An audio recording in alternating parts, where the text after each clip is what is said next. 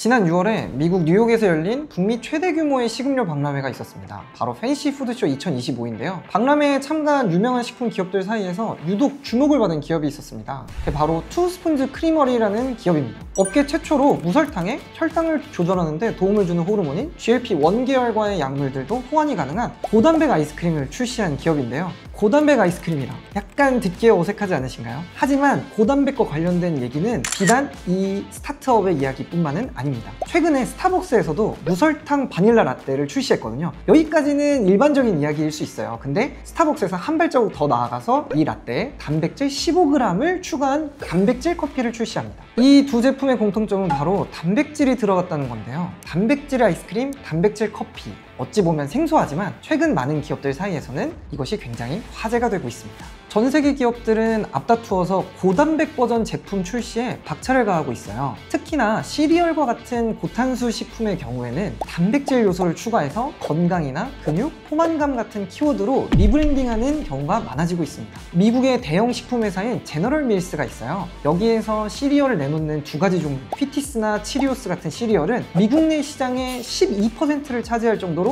굉장히 미국인들에게는 대중적인 시리얼인데요. 2024년부터 휘티스 프로틴이나 하이 프로틴 치리오스를 출시하면서 얘네들이 단백질 건강식으로서의 대대적인 리브랜딩에 나서고 있습니다. 사실 치리오스 같은 경우에는 이미 홀그레인이라는 키워드로 업계 1위를 달성한 경험이 있어요. 그럼에도 불구하고 홀그레인이라는 것은 결국엔 탄수화물이라는 한계가 있기 때문에 이 영양소적인 측면에서 탄수화물에 대한 부담을 내려놓고 단백질이라는 요소를 추가해서 조금 더 건강식으로 나아간 것을 소비자들이 원한다는 방증이 되겠습니다. 이런 기류는 우리나라 기업도 따라가고 있습니다. 롯데 칠성음료는 오트몬드에 단백질 함량을 높인 오트몬드 프로틴 3종을 출시를 했고요. 오리온은 초고 함량 단백질을 함유한 닥터유 단백질 드링크를 선보였습니다. 이 단백질 식품의 매출 성장세도 굉장히 무서운 편인데요. GS25에서 발표한 자료에 따르면 올 1분기 단백질바의 매출은 전년 동기 대비 무려 25% 정도나 증가했다고 밝혔습니다. 단백질 음료도 20% 가까운 증가율을 보이면서 고단백 식품들의 성장세는 꺾이지 않고 앞으로도 계속 나아갈 거라고 보여지고 있어요.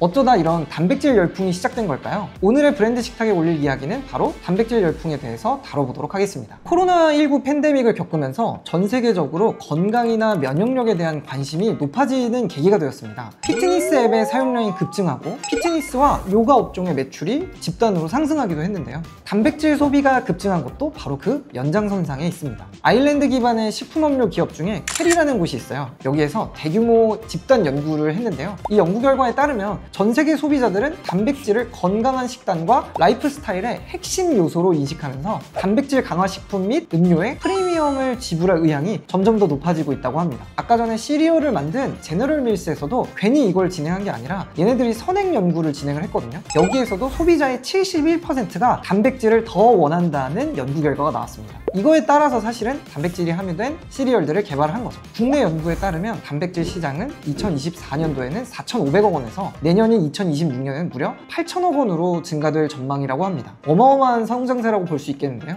사실 생각해보면 탄수화물, 단백질, 지방을 놓고 생각해봤을 때 제가 생각하기에도 다른 영양소보다는 훨씬 더 건강한 느낌이 있는 건 확실한 것 같습니다. 물론 단백질이 강화된 식품들은 오래전부터 존재해왔어요. 다만 그게 보디빌딩이나 운동선수들처럼 전문적인 수요층을 위한 식품이다 보니 상대적으로 맛을 별로 중요하게 생각하지 않았습니다. 경기에서는 결국에는 퍼포먼스가 가장 중요하니까요. 그래서 게토레이를 초기에 개발했던 사례를 봐도 선수들이 먹고 너무 맛없어서 경기 중에 다 토했다는 얘기가 있을 정도로 처음에는 맛에 관심이 없었습니다. 기존의 스낵이나 초콜릿, 아이스크림 같은 계열의 식품들은 당연히 맛은 있지만 몸에는 안 좋다라는 인식이 팽배한 것이 약점으로 뽑혔습니다.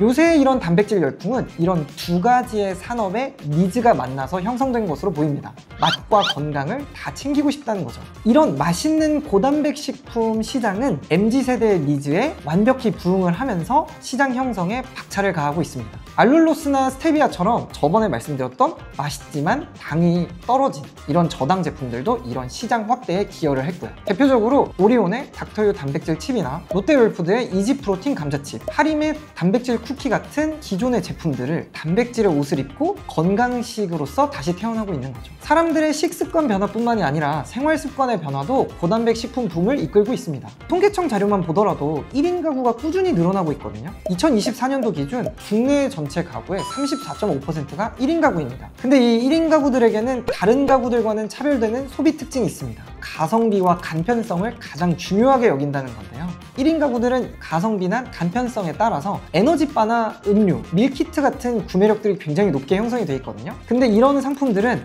가성비와 간편성이 뛰어난 대신 건강하지 않을 것 같다, 저영양일 것 같다라는 불안감을 소비자들에게 안겨주고 있습니다. 기업들은 이런 소비자들의 불안감을 해소하기 위해서 단백질을 넣은 다양한 제품들을 출시하고 있습니다. 간편한 한 끼 식사로 단백질을 포함한 필수 영양분을 모두 챙길 수 있으면서 가성비와 간편성이 뛰어나니 1인 가구들은 환영할 수밖에 없는 선택지가 되겠죠. 지금까지 보신 것처럼 고단백 식품 열풍은 단순한 유행이 아니라 장기적인 소비 변화의 일부로 보입니다. 기업들에게는 기회가 될 수 있습니다. 기존의 고탄수화물 제품들을 재구성해서 소비자의 건강식으로서의 인식 변화를 유도하는 리브랜딩을 실현을 할 수가 있거든요. 기존에 우리가 먹고 있었던 아이스크림이라든지 쿠키 같은 것들을 맛있는 건강식으로 팔 수 있는 기회가 열린 거예요. 대표적으로 미국의 아이스크림 브랜드 중에 헤일로탑이라는 기업이 있습니다. 이 헤일로탑이라는 기업이 내놓은 광고 문구가 뭐냐면 죄책감 없이 즐기라는 광고 문구를 내놨는데요. 어찌 보면 길티 플레저의 가장 대표적인 식품인 아이스크림이 이제 열량이나